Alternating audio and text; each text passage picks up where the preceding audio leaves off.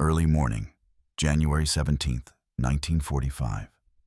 Ardennes Forest, eastern Belgium. Snow moved sideways through the trees, driven by a northeasterly wind that cut through wool, canvas, and exposed skin with indifferent precision. Visibility measured under 300 yards. The air tasted dry and metallic. Each breath condensed instantly, clinging to collars and scarf ends in thin, brittle layers. Pine needles bowed beneath the weight of ice. Trunk bark gleamed like dark glass. Footfalls vanished almost immediately, erased by drifting powder and blown ridgelines of white.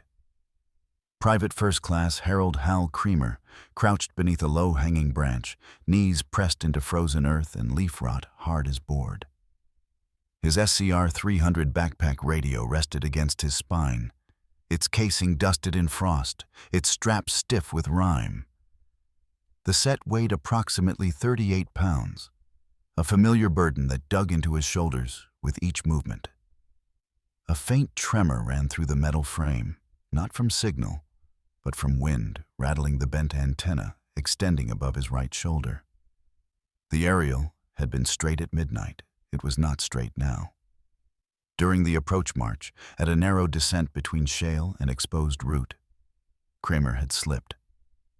His heel had skidded on frozen stone. The pack struck hard. The antenna caught on rock edge and folded slightly left at the midpoint, leaving a visible kink that bent the mast at an uneven angle. According to Signal Corps doctrine, this constituted functional compromise. A damaged aerial created transmission irregularity. Standard field guidance stated that signal integrity could degrade by more than half under such conditions. The correct response was replacement or withdrawal. Kremer had neither option. His battery strength had fallen to less than 1/4 capacity. The spare pack was 2 miles back, with a halted supply column blocked by artillery debris. The forest around him refused sound. Even distant shell bursts were softened, swallowed by snowfall and tree density. Inside the headset, only static breathed, a shallow rasp that pulsed and fell with no discernible rhythm. Beyond that wall of snow and pine, unseen armored movement pressed westward.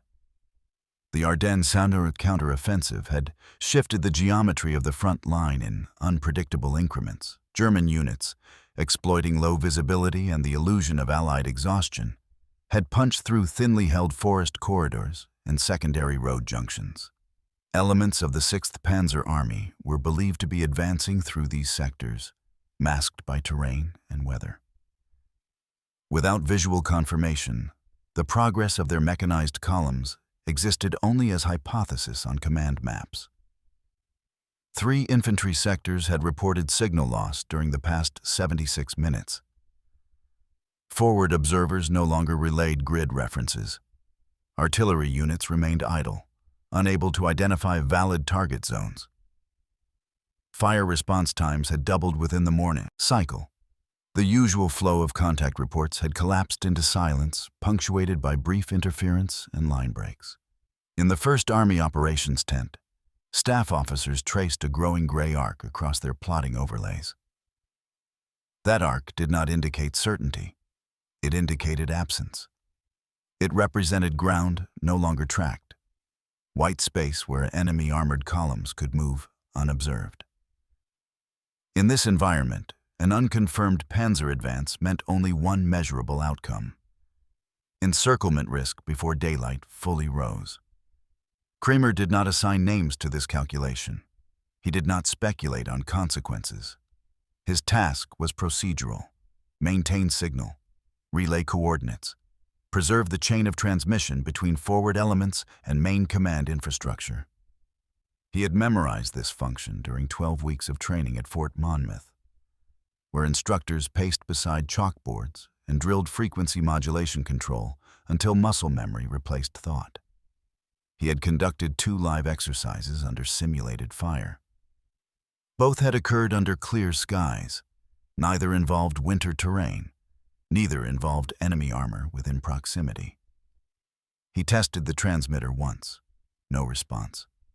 He adjusted his headset and tried again. Still nothing. Only dry, cicada-like static. A faint hum drifted beneath it, but its contour lacked shape. It did not match known frequencies.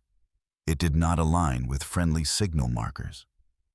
According to textbook protocol, the appropriate next action was withdrawal for equipment replacement and report of malfunction. Kremer did not withdraw. Instead, he shifted his position deeper beneath the pine canopy, minimizing snow accumulation over the radio casing. He angled his torso slightly east. His gloved hand took hold of the bent antenna and adjusted its orientation forward, tilting it into the falling snow at a downward pitch. The static changed. Not clarity, not message. A rough modulation. A faint tonal shift hidden beneath the hiss. He rotated the mast further, degrees measured by instinct rather than instrument. Each movement produced a slight reconfiguration of noise pattern. When the aerial faced north-northwest, the irregular hum grew marginally stronger. When he turned it southward, the sound collapsed back into irregular white silence. He paused, listened. Through the hail of snow on pine, through the ambient hiss of interference, something mechanical persisted. A pulse lacking speech but defined by cadence. Repetitive, engine-like. He adjusted his posture again, braced closer to earth, and watched the compass needle on his wrist instrument steady as he modified antenna angle by incremental motion. The faint sound rose and fell in intensity. The stronger points suggested bearing alignment.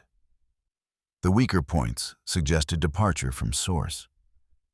Kremer marked the perspective in his head, triangulating through instinct, not instruction. He lifted the microphone anyway.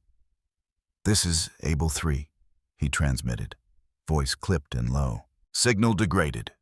Reading low-frequency mechanical disturbance bearing northwest. Possible armored movement.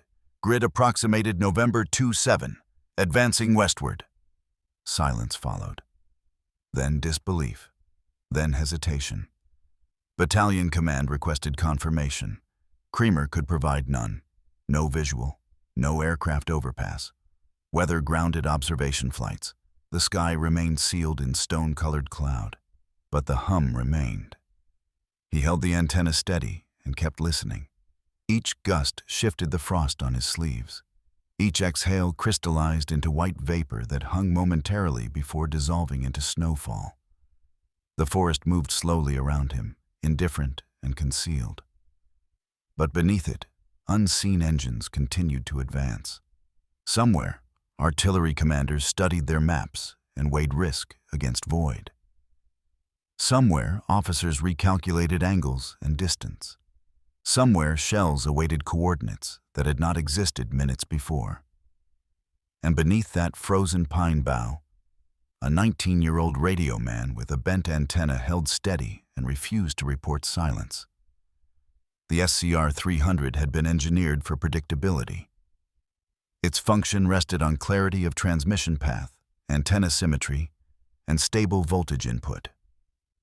In instructional diagrams, the aerial was always rendered perfectly straight, perpendicular to the operator's frame, rising like a narrow spine into open air. Any deviation from that geometry degraded coherence. Any warp distorted signal. Any distortion invited failure. The equipment manual contained no allowance for experimentation. There was only compliance. Kremer had read those pages during his final week at Fort Monmouth. The language was direct. If signal integrity dropped below operational threshold, the operator was to disengage communication activity and report fault to command. Proceed to fallback point, await replacement. No improvisation, no deviation. But the Ardennes air had its own physics. Snow particles scattered transmissions into unpredictable arcs. Tree canopies absorbed certain frequencies and reflected others. Cold air layers near the ground compressed wave paths into irregular channels. The bent antenna, instead of dispersing signal, had accidentally altered the wave reception window into something selective, a crude directional lens shaped by chance and pressure. Kremer did not understand this in theoretical terms. He understood only that slight changes in antenna orientation altered the texture of noise in his headset. A thin vibrating undertone crept through when the mast twisted toward specific bearings. It sharpened when oriented northwestward. It faded when angled east. His gloved fingers tightened around the metal shaft as he adjusted the pitch by fractions of space, his posture careful not to disrupt alignment. Standard doctrine argued against persistence. The textbook solution was retreat. Kremer chose stillness. He remained frozen in position for several minutes, monitoring signal variance, the weak mechanical hum repeated with interval regularity. It rose and fell in slow rhythm, not speech, not code, but structured movement. The acoustic imprint of multiple heavy engines oscillating between idle and low advanced state. He swallowed, repositioned the mouthpiece, and transmitted again. Able 3, verifying continued mechanical disturbance. Bearing steady north-northwest. Potential tracked movement, no visual. Repeating grid, November 27. This time the response carried tension. Able 3, confirm source designation, came the reply. We are not reading that channel. Kremer's eyes remained fixed on the snowbound horizon. He did not amplify his voice. He did not embellish. Negative on confirmation. Reading only signal drift. Tonal cadence consistent with engine rotation. In the operations bunker 3 miles to the rear, line officers weighed the report against absence of corroboration. Air observation remained impossible. Recon patrols had been pinned down earlier by indirect fire. Yet the existing map grid showed that any German movement along that axis would intersect a weakly reinforced junction within 2 hours. Time was not on their side. Kremer maintained his hold on the antenna for an additional interval approaching half an hour. He rotated in deliberate micro-movements, verifying signal amplitude changes across degrees of orientation.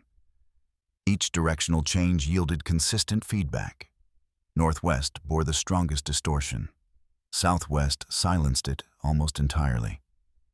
He logged this mentally and transmitted again, his phrasing unembellished. Able 3 noting increased tonal rise bearing 330 degrees. Movement appears lateral. Slow advance. Maintaining observation. There was no triumphant tone, only continuation. His fingers numbed beneath wool and canvas. Ice precipitated along his helmet strap. The bent antenna trembled faintly with wind vibration. But the hum under the static remained present, reliable in its irregularity. It was not friendly traffic. It was not communication. It was the echo of armor cutting through unseen snow.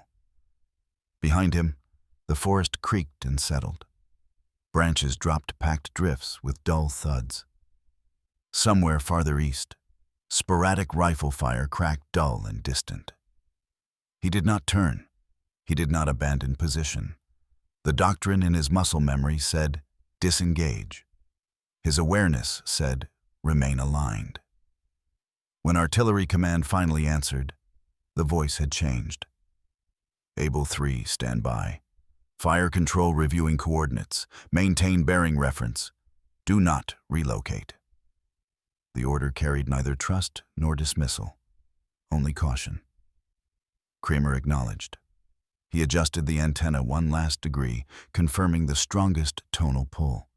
In his headset, the vibration pulsed like slow heartbeat beneath winter silence. A line officer, somewhere beyond the snow curtain, had begun plotting coordinates based on the sound of engines that no one could see, guided only by a rookie, radioman, and a broken mast bent against regulation. The snow continued to fall. The wind continued to cut. The Panzer elements continued to move. And in the unseen layer between doctrine and necessity, a decision began to form.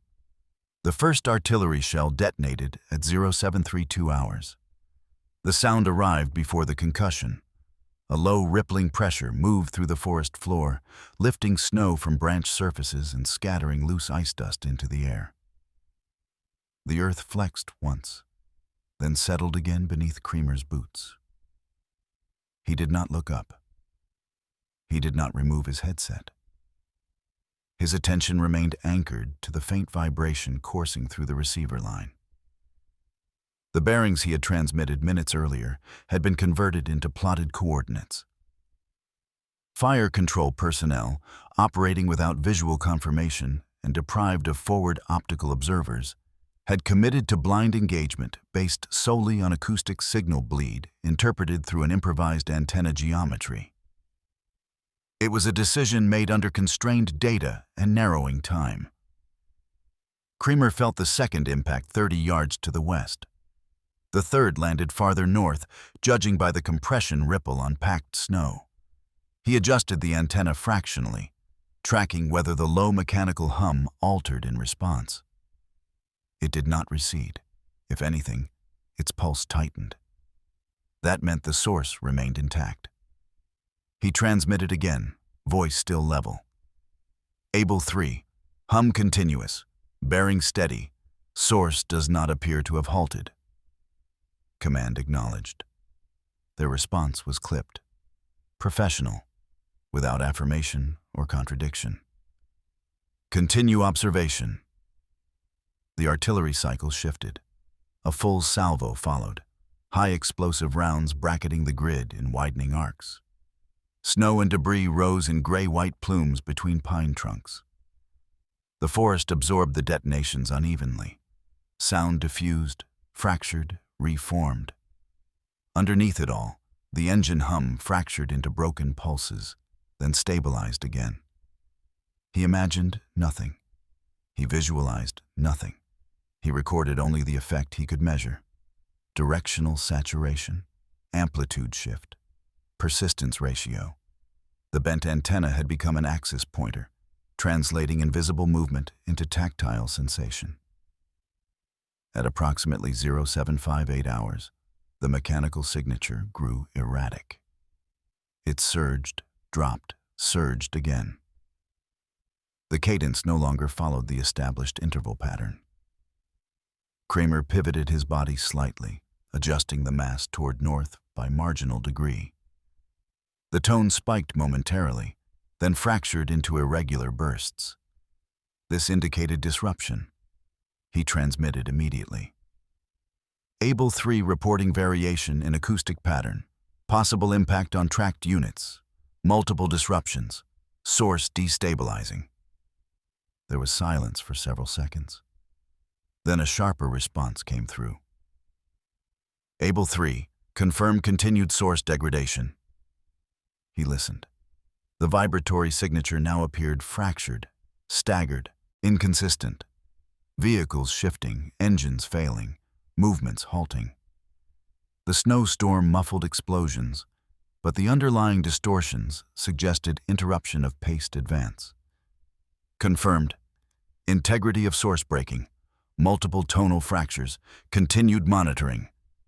Beyond his line of vision, heavy armor sustained unseen damage. Tracks twisted under explosive concussive force. Engines seized under sudden exposure to sub-zero debris and uneven terrain. Crews attempted repositioning within whiteout conditions that denied optical navigation. The engagement had become chaotic. Kremer crouched lower, his knee joint stiff with cold. His breath fogged inside the scarf. The wind shifted from northeast to north. Snow density increased. But the channel held. The antenna's angled geometry continued to draw the distorted frequency into partial coherence. He began studying movement patterns, not as shapes, but as audible tension changes. A surge meant acceleration. A drop meant stall. A flattening tone indicated idling units attempting recovery. He mapped these changes mentally, constructing an approximate vector path in his head. He transmitted in brief intervals, each report measured, each phrased without flourish. Able 3, observing source splintering into separate clusters. One element stationary, one withdrawing eastward, one shallow pivot southwest. From those words, unseen officers adjusted barrage arcs. Guns swiveled, shells shifted bearing, fire intervals reset. The battlefield, still hidden behind dense snowfall, adapted around a pattern only one man could hear. Minutes passed. Then longer minutes.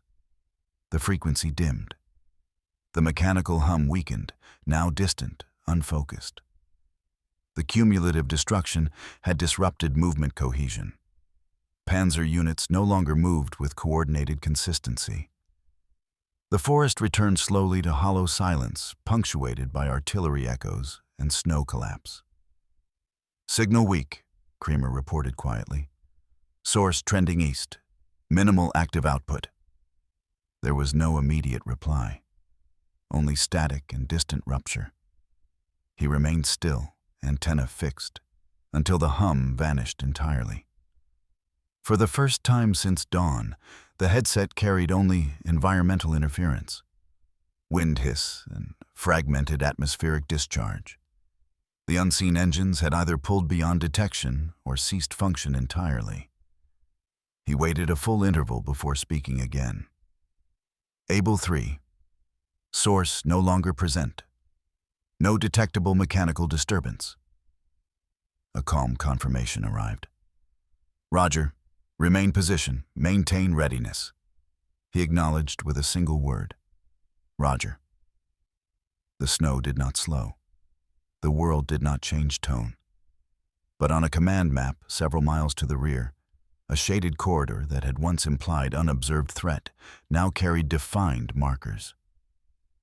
A moving blur had formed boundaries. A potential encirclement line had been interrupted halfway through its trajectory.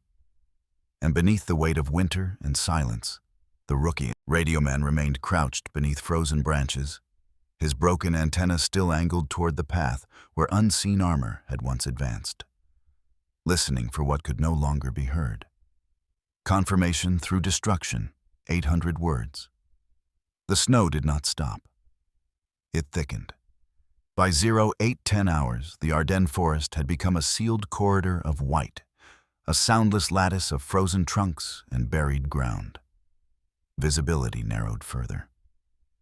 The world reduced itself to breath, static, and the faint vibration of distant machinery carried through snow like memory, through bone. Somewhere beyond the invisible tree line, armored metal continued to move, blind and certain, cutting westward through a landscape that offered no resistance, but silence. Private First Class Harold Kremer remained crouched beneath the pine bough, his boots locked into crusted drifts, fingertips stiff inside damp wool gloves. The SCR-300 still rested against his spine, its casing rimmed with ice, its dials clouded by condensation. The antenna, warped and imperfect, remained angled into the storm. He made no attempt to straighten it again. He did not touch it. He had learned that its misalignment was now its language. The signal grew stronger, not clearer, not more articulate, just heavier.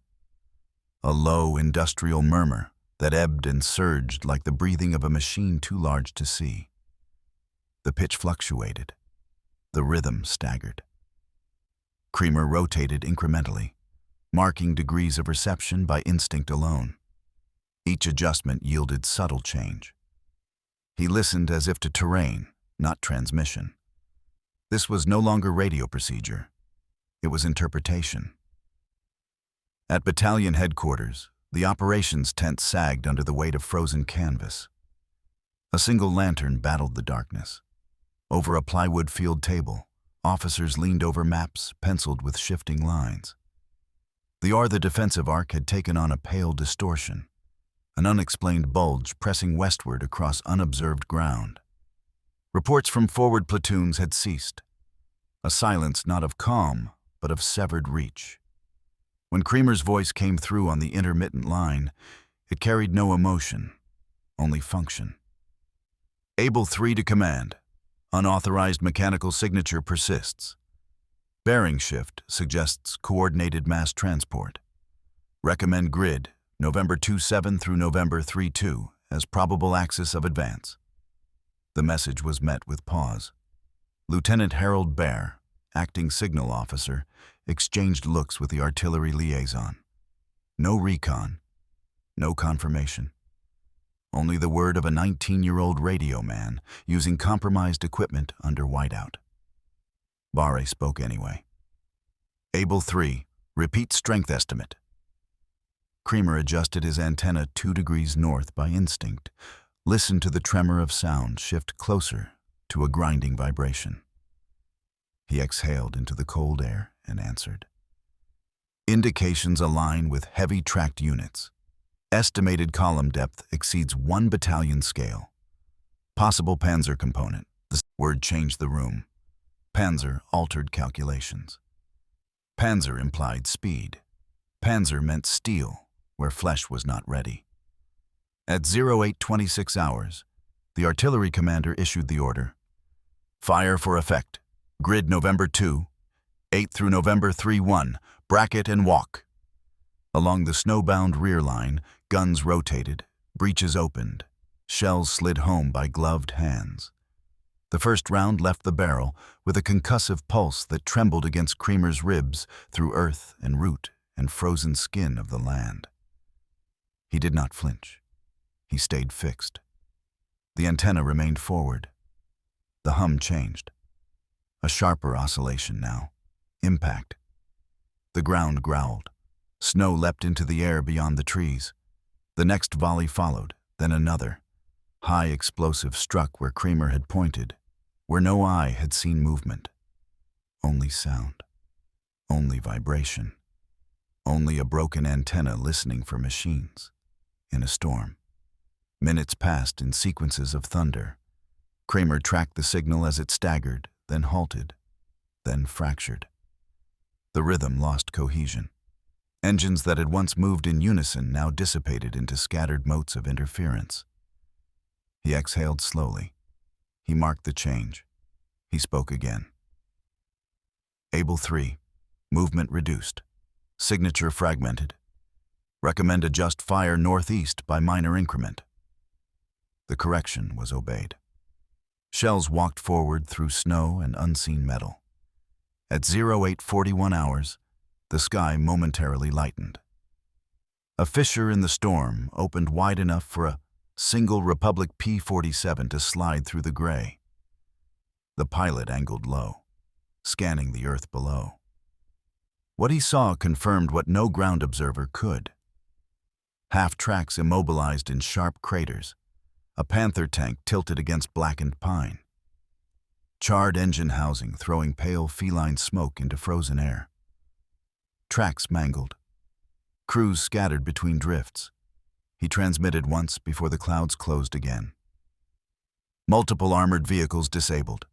Confirmed Panzer elements neutralized. Back beneath the ice-crusted bow, Kremer heard only the thinning of the mechanical hum. The signal faded in slow erosion, a silence replacing momentum. He did not move. The fire mission ceased. The thunder folded back into snow curtains and breath. The forest returned to cold stillness. At Battalion HQ, the gray arc on the map hardened into lines of stability. Infantry repositioned. Supply routes reopened. Runners crossed terrain that would have sealed them in a corridor of steel only an hour earlier. No telegram was drafted. No message of distinction typed. In a logbook, a single sentence formed the official record of deviation. Radioman Able 3 exploited antenna deformation effect to align fire on unauthorized mass movement. Nothing more. Kremer would straighten the antenna when the replacement arrived. It would function as intended. Clean, accurate, obedient. But it would no longer hear the enemy through snow. It would no longer speak in distortion. It would no longer bend the battlefield with unintended geometry. Only for that window of time, under that white silence, had the broken become useful, and the unseen been mapped by sound alone. The Corridor of Echoes. Late morning, January 17th, 1945. Ardennes Forest, forward perimeter of the Orthe line. The snow continued without pause. Fine, granular ice driven sideways by a northeast wind, abrasive against exposed skin and metallic surfaces. Visibility remained under 300 yards. Sound carried poorly. What should have been engine roar arrived as muffled tremor. What should have been silence arrived as whispering interference. The forest absorbed heat and light alike, reducing the landscape to gradients of gray. Private First Class Harold Kremer remained in position beneath the pine canopy. Knees pressed into compacted snow, weighted by the 38-pound SCR 300 that now carried a moisture film across its casing. The replacement antenna had not yet arrived. The bent mast, still angled forward, remained his only functional tool. He continued to listen. The signal he now tracked no longer fluctuated with random distortion. It had coherence. Mechanical interval. The low-frequency tremor of multiple armored vehicles moving in staggered rhythm. Kremer shifted his stance 1 degree at a time, maintaining the antenna's precise geometry. Each slight rotation changed the acoustic density of the transmission, and with it, the perceived direction of mass movement. He began recording data in his field notebook. Bearing shift, north-northwest to west by 2 degrees. Hum amplitude increased by approximately 15%. Engine interval tightening, movement rate steady. These were not standard signal corps procedures. He was operating outside doctrine, outside training, outside the comfort of predictable systems. Still, he maintained posture. Still, he listened. Still, he translated sound into vector. Behind him, the infantry platoon maintained defensive silence. No rifles discharged. No movement beyond controlled shifts. This sector of the Ardennes line was being held by anticipation, not force. The snow masked all advance until artillery spoke. At battalion command, the map table reflected updated confidence. Kremer's persistent bearings showed continuous enemy movement along an axis previously designated inactive. The corridor he outlined cut directly across a potential resupply path between Allied forward companies and rear logistical elements. At 0815 hours, artillery battery Charlie adjusted tube elevation by 3 mils and oriented fire onto the corridor Kremer marked. The gun spoke again. The concussion rolled through the forest, flattening pine needles and reverberating through the frozen ground. Seconds later, Kremer registered alteration in signal profile. The steady mechanical hum fractured. One engine tempo ceased entirely, another spiked abruptly, then dropped. The acoustic rhythm broke into irregular pulses. Damage. He held the antenna steady, tracking the residual signal. The bearing shifted westward. Surviving armored vehicles were repositioning, pulling back through the snow break. The Panzer element had not yet identified the source of disruption. It only knew the corridor was now hostile. Kremer transmitted again. Able 3 to battalion. Signal shows retreat vector west by 3 degrees. Mechanical activity disrupted. Possible mobility neutralization. The reply was clipped. Maintain position. Continue observation. He did exactly that. For 40 minutes, the antenna remained sculpted against the storm, transforming unintended deformation into precision instrument. The forest remained blind, but the radio was no longer silent. Kremer continued marking patterns, continued translating noise into knowledge, continued preserving spatial order in a terrain designed for chaos. When the replacement antenna finally arrived, he removed the bent mast reluctantly. The recalibrated equipment returned him to standard transmission parameters. The anomalous directional effect disappeared instantly. The improvisation window closed. But the corridor remained marked, and the map held its shape. Kremer did not speak of what he had done. He logged every measurement. He recorded every detail with clarity and distance. Doctrine would analyze it later. Engineers would classify it as anomaly.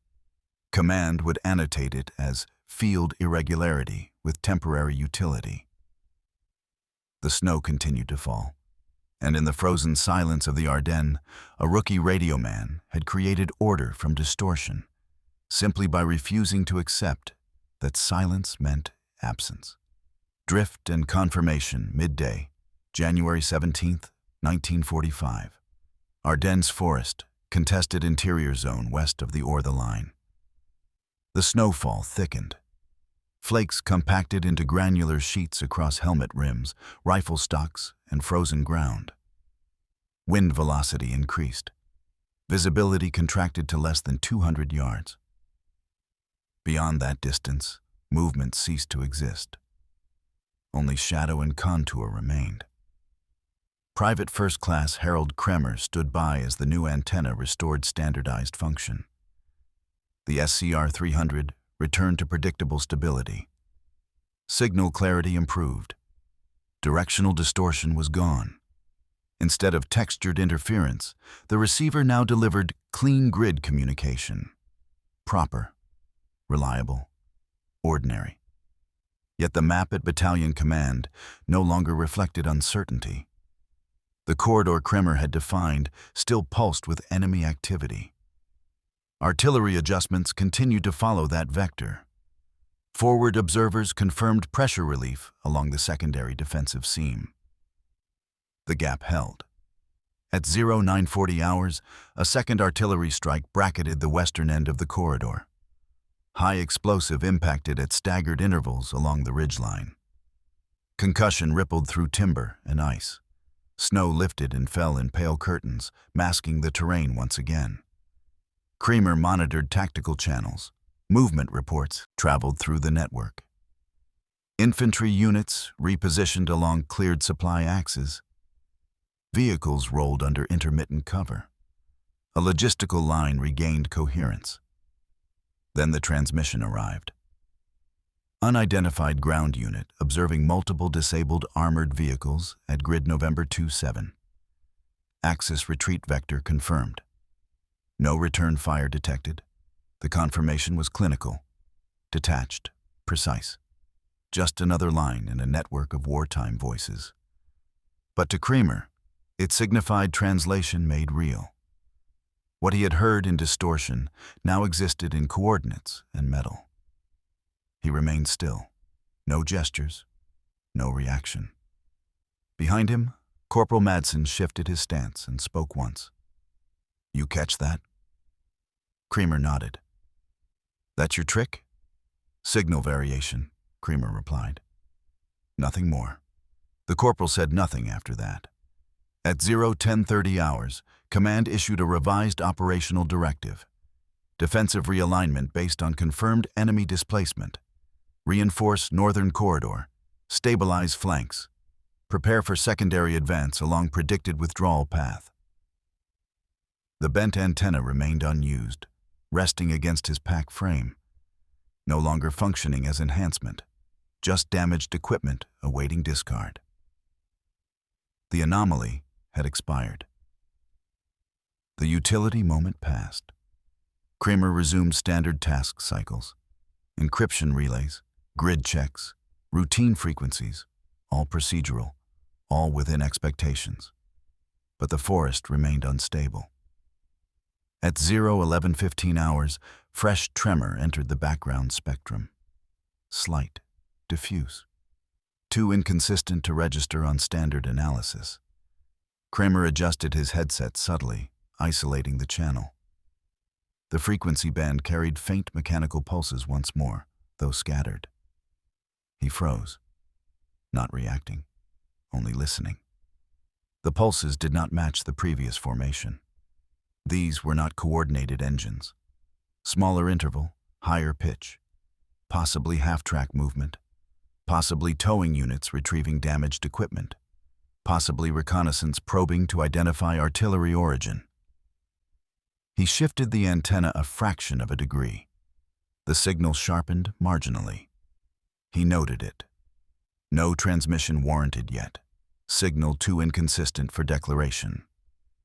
But enough for caution. At 0:11:40 hours, the tremor stabilized into shallow cadence. Kremer aligned the antenna on that bearing and monitored drift across the metric scale. The pattern moved slow, inferential. Westward, but not retreating. Probing. He transmitted once. Able 3 to battalion. Minor mechanical activity resurfacing at prior corridor. High probability reconnaissance element attempting perimeter confirmation. Reply came after compressed silence. Continue observation. Do not engage visually. Snow muted movements again. The forest remained concealed. By early afternoon, the signal flattened entirely. The tremor dissipated into atmospheric hiss. The corridor went inactive. The Panzer element, or what remained of it, disengaged from the region. The map returned to stable geometry. Kremer logged final frequency variations with exactitude. He did not annotate personal interpretation. He did not explain theory. He noted only environmental condition and signal fluctuation values. Let command interpret utility. Hours passed. The storm persisted. Frontline units resumed cautious advance under artillery cover. Snow absorbed the dust of movement. The forest reclaimed stillness, and Kremer, still kneeling beneath the broken canopy of Belgian pine, returned to silence once more. The dead signal that had briefly become a window now closed. He did not seek credit. He did not carry expectation. He only understood that for a narrow interval in time, distortion had delivered clarity, and clarity had redirected force. The trick would not be repeated. The variables could not be controlled. The event would not be documented beyond functional reference. But the effect remained. The map no longer bled gray, and the corridor stayed allied. Early afternoon, January 17th, 1945. Ardennes Forest, improvised perimeter west of the Orthe line. The storm no longer advanced. It settled. Snow descended in deliberate sheets, heavy enough to mute sound, but too thin to collapse branches outright. The forest entered a state of weighted quiet, the kind that followed impact rather than preceded it. What remained was not peace, but suspension, air holding its breath between one decision and the next. Private First Class Harold Kremer did not move from the depression he had worn into the drifts beneath the pine. His posture had become structural, spine angled to counter the weight of the SCR 300. Knees locked against sub-zero ground, shoulders carrying a familiar ache that now defined the outer limits of his world. The new antenna held rigid and true, obedient to design. It no longer whispered anomalies. It spoke only when commanded. Inside his headset, routine channels circulated. Grid confirmations, position acknowledgments, fragmentary infantry reports. The rhythm of recovery reasserted itself, steady and cautious. The crisis corridor had returned to quiet map space, marked now by charcoal hashes and faint pencil arrows rather than breathless uncertainty. For the first time since dawn, Kremer allowed his jaw to relax. The numbness in his fingers startled him when he flexed them. Ice flaked from the sleeves of his greatcoat and scattered down the front of his boots. He did not attempt to stamp warmth back into his feet. He only adjusted his balance slightly and kept listening. Somewhere to the west, small arms fire flared and died. It lacked intensity. It did not draw his attention. It belonged to another problem, another set of men. His world remained contained to direction, frequency, and return silence. A new transmission entered the channel. Able 3, status check. Confirm operational readiness. He responded without delay. Able 3 operational. Standard function restored. No current mechanical. Disturbance observed. A beat of static. Stand by for forward coordination. He acknowledged and returned to holding posture. The forest offered no horizon beyond the nearest cluster of trunks. Snowlight diffused into a dull chalk glow. His compass needle trembled faintly when he shifted his wrist, then steadied again toward magnetic north. At approximately 0130 hours, footfalls registered behind him. Careful, measured. The sound of men attempting quiet rather than motion. A shadow intersected the scattered pale light. Sergeant Dwyer stepped into view, parka crusted with sleet, helmet matte with frost, face drawn thin by cold and unresolved tension. He did not speak at first. He examined the surrounding terrain as if measuring atmosphere itself. "You still eating the forest, Kremer?" he said eventually. Kremer nodded. "Yes, Sergeant." Dwyer crouched beside him, careful not to disturb the antenna alignment. "You heard anything else?" "Negative. Channel clean. Minor fluctuation earlier. No confirmation." The sergeant studied the scrubbed snow ahead. "They say you froze a column in place with a busted stick of wire." Kremer did not respond. Dwyer exhaled visible breath. "Command wants a relay point further forward. They'll need you on that ridge once visibility improves." Kremer acknowledged and waited. No resentment, no curiosity. Only a mental adjustment to new position parameters. Movement would come. He would comply. When the sergeant left, the absence behind him felt wider than the forest itself. Minutes stacked without comment. The world reduced to breath steam and muted static. He remained alert to frequency microscopy, ready to detect anomaly where ordinary signal ended. But the air held no irregularities. The corridor stayed sealed. Then, far beneath the normalized transmission field, a soft, irregular tremor returned. Too faint for immediate classification, it threaded through the static like a distant pulse divorced from shape. Kremer lifted his chin fractionally, eyes narrowing into the snow wall ahead. He tilted the antenna by instinct alone. Nothing sharpened. The tremor dissipated again. He logged the anomaly without comment. At 0147 hours, Battalion Command transmitted updated orders. Allied infantry to advance and sweep through outer perimeter for confirmation of armor damage and potential survivors. Kremer's function remained to maintain relay during forward displacement operations. He shifted from crouch into partial stand, joints protesting against cold rigidity. Snow immediately climbed his boots again, sealing the depression he had occupied since before sunrise. The SCR-300 pulled at his shoulders as he relocated 20 yards east toward designated staging route line. He recalibrated once more and resumed a position beneath another cluster of pine. The silence returned, deeper now, perhaps final. One by one, Allied patrols moved through the white veil, rifles raised, breath steady, expression unreadable beneath ice. Kremer tracked their movement through dull echo and line of sight vanishing. Reports trickled in, abandoned half-tracks, craters filled with frozen debris, smoldering shadows of steel. He recorded each update mechanically. Each confirmation solidified what had once been only distortion. The corridor transformed fully from theoretical risk to tangible space cleared by sound rather than sight. Later, an officer's voice crossed the channel unfamiliar in cadence. It carried not command, but evaluation.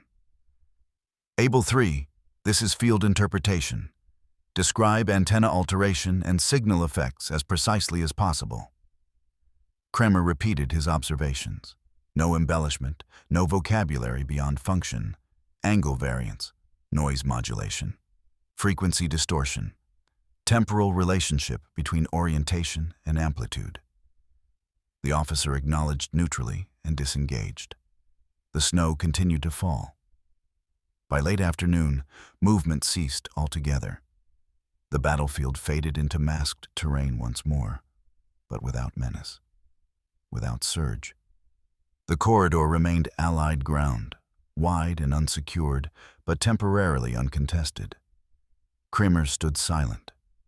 Cold had nested into his bones. The straps pressing his shoulders felt permanent. He did not imagine the arc of consequence. He did not measure tactical success in what he had done.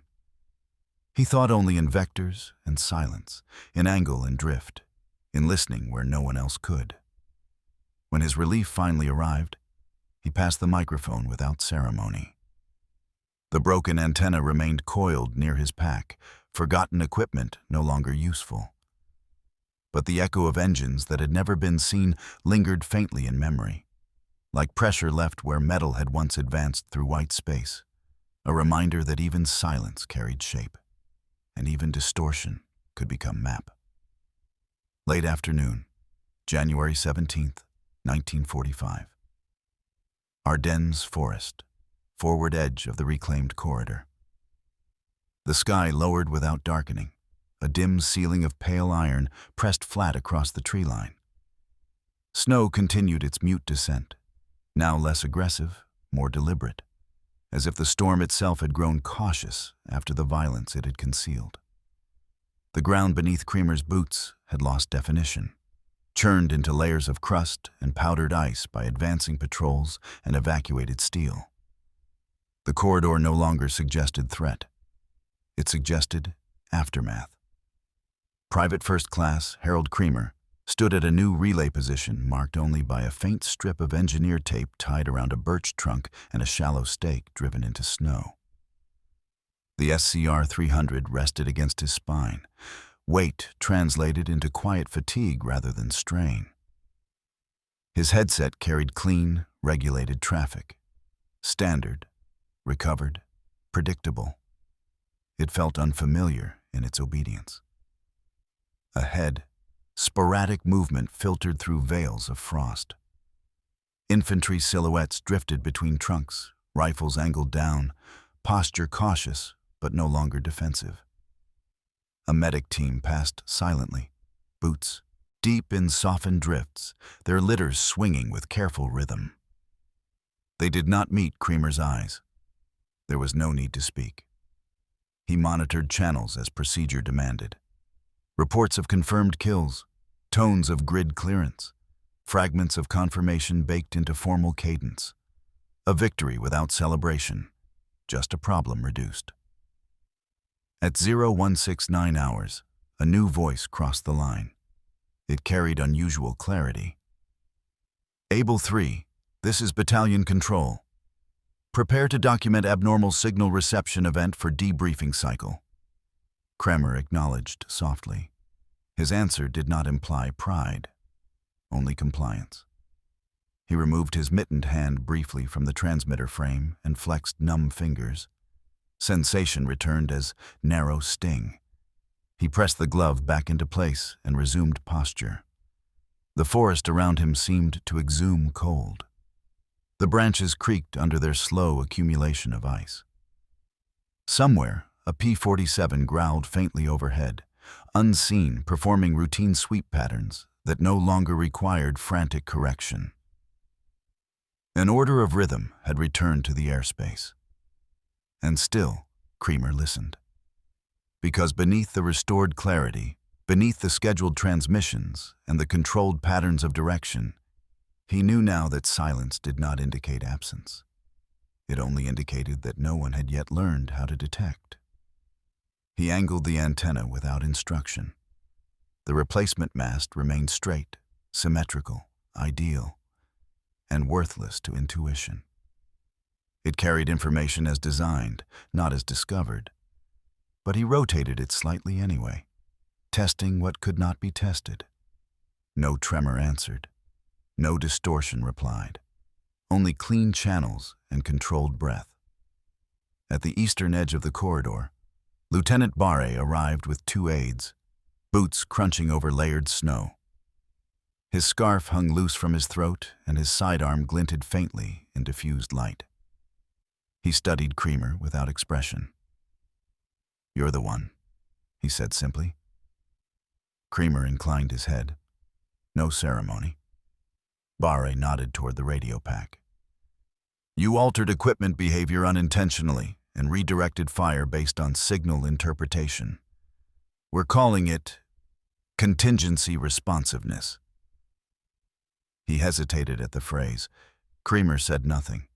The lieutenant continued. "We'll take your statement after relief. No commentary, no inference, just observation." "Yes, sir." Barre's gaze shifted to the forest that now held only residue and frozen ash. "You probably saved 3 companies moving up that road." He did not say more. Kremer watched him leave, already dissolving back into the operational machinery that had briefly acknowledged deviation before returning to order.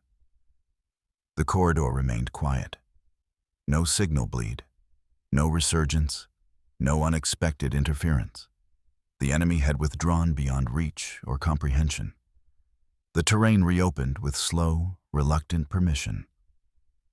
As daylight bled toward indistinct dusk, the storm paused.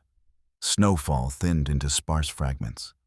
The forest breathed in deeper increment once more, as if allowed to rest after compression. Then, without announcement, a faint tension returned. Not mechanical, not environmental, human. A low murmur crossed tactical channels, disjointed, fragmentary. A forward patrol had encountered resistance at the outer eastern edge of the corridor. Short exchange, minimal engagement, quick disappearance. Kremer's shoulders tightened instinctively, though no signal anomaly accompanied the report. He leaned subtly forward, attentive. Transmission crackled again. "Contact minor. Hostile elements undisclosed. No mechanized sound detected." Silence followed. He waited. The antenna did not stir. The air did not hum. The storm held quiet. For the first time in many hours, his instinct found no direction to pursue. And yet, he remained steady. Because the lesson of this terrain had been carved through cold and distortion. That the line between silence and catastrophe could be bridged not by certainty, but by patience. He logged the update. He resumed monitoring posture. He kept his breathing shallow and consistent. Night began to gather its soft weight across the Ardennes. The snow glowed faintly under muted starlight pressing against thinning cloud. Movement ceased. The corridor slept beneath frost. And Kremer, still bound within his frame of routine and anomaly, waited for whatever silence chose to reveal next. The sector remained intact, and the line held. Nightfall, January 17th, 1945. Ardennes Forest, secured corridor perimeter. Darkness did not arrive with ceremony. It seeped. The pale iron of afternoon folded into a diluted navy, then into a deeper, indistinguishable black, where tree trunks became columns and the sky dissolved into unseen height. The storm thinned to an occasional whisper.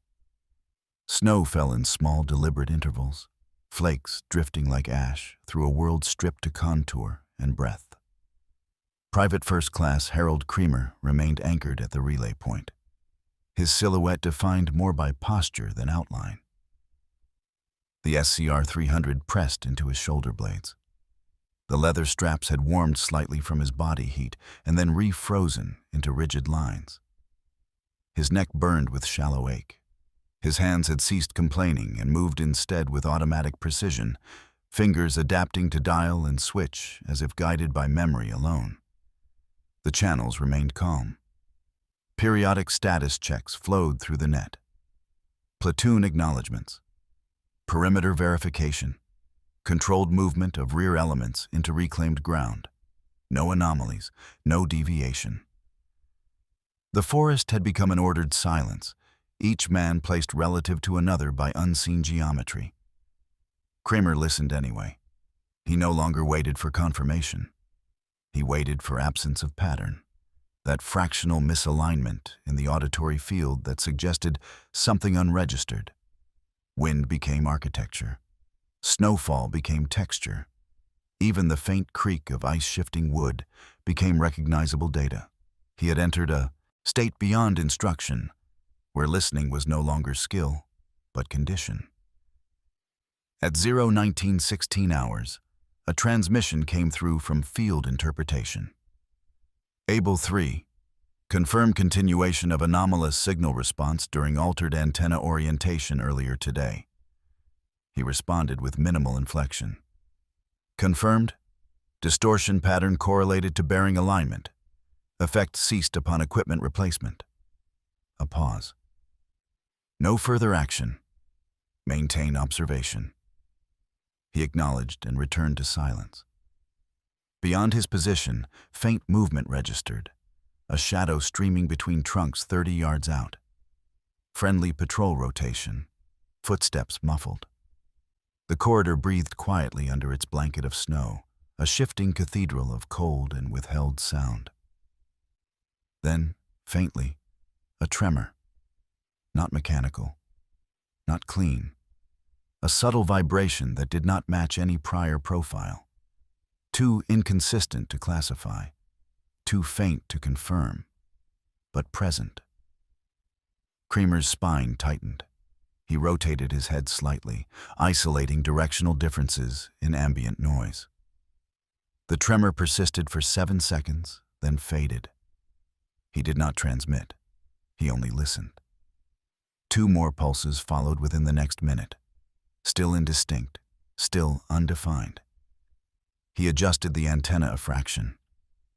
An old instinct reaching for variance that no longer existed.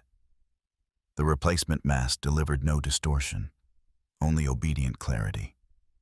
The tremor returned once more, then vanished entirely. His eyes scanned the darkened corridor beyond his limited visual envelope. Nothing moved. Nothing surfaced. No voice entered the channel, only regulated breath and distant wind. At 19:50 hours, rifle fire flared briefly far off sector south, then collapsed into silence. A patrol tagged an unseen shape and found nothing worth pursuing. The report arrived seconds later. No casualties, no reinforcement needed. Kremer remained still. An hour passed in fragments, frozen minutes. The kind of time defined not by movement, but by endurance. He shifted his weight subtly to prevent stagnation.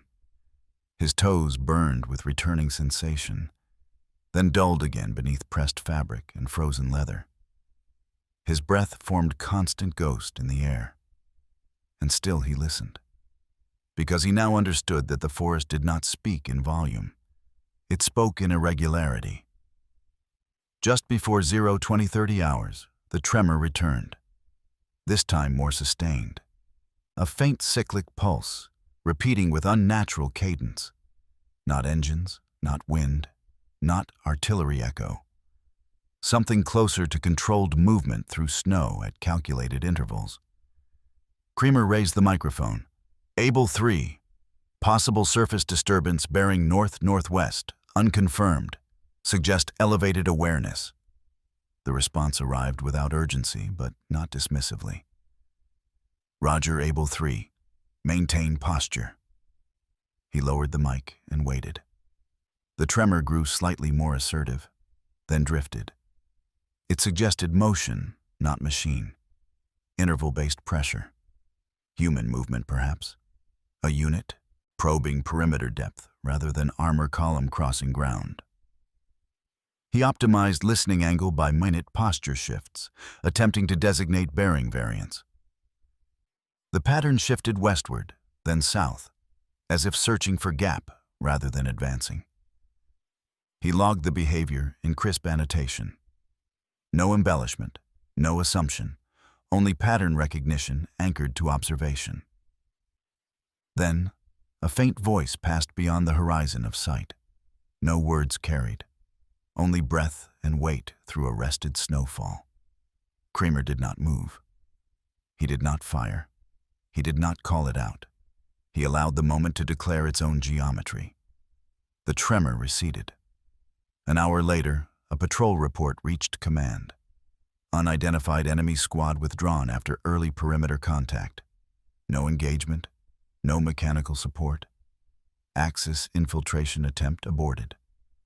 The confirmation passed over Kremer's channel quietly, like everything else on this frozen ground. He exhaled once, slow and silent. The night resumed its structure. Cold held. Wind whispered. Snow softened the sharpness of the forest world into a single fabric of pale silence. And Kremer stood continued watch, not as hero, not as anomaly, but as a man entrusted with the unobservable, maintaining position where silence itself had once become signal. The corridor slept, but the line did not close, and neither did he.